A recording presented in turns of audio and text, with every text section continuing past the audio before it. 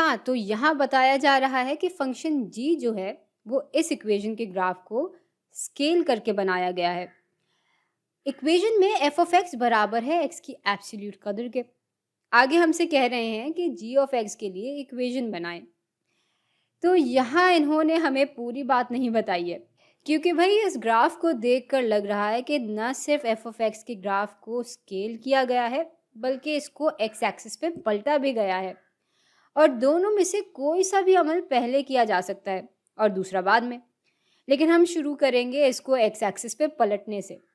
तो पहले ये ग्राफ कुछ इस तरह से पलटा गया होगा, और ऐसा करने से पहले हमें y की जो भी कदर मिल रही थी अब उसकी नेगेटिव कदर मिल रही होगी, और यूँ इक्वेशन हो जाएगी कि y बराबर है x की एब्सोल्यूट कदर के नेगेटिव के। तो अब इसको g के बराबर लाने के लिए क्या करना होगा, यानी किस तनासब से स्केल करना होगा।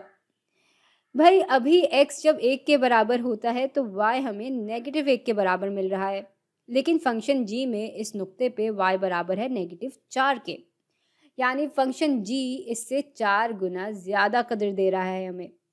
चलें ऐसा करते हैं कि यही बात x की कोई नेगेटिव कदर डालकर भी परख लेते हैं। तो जब x बराबर होता है नेगेटिव 1 के, तो ये फंक्शन हमें y देता है नेगेटिव 1 के बराबर, जबकि फंक्शन g पे y इस नुक्ते पे नेगेटिव 4 के बराबर है, यानी ये फंक्शन हमें इसके मुकाबले में 4 गुना ज़्यादा नेगेटिव कदर दे रहा है y की। और इसलिए इसकी इक्वेशन मालूम करने के लिए हम इस इक्वेशन को 4 से ज़रब दे देंगे।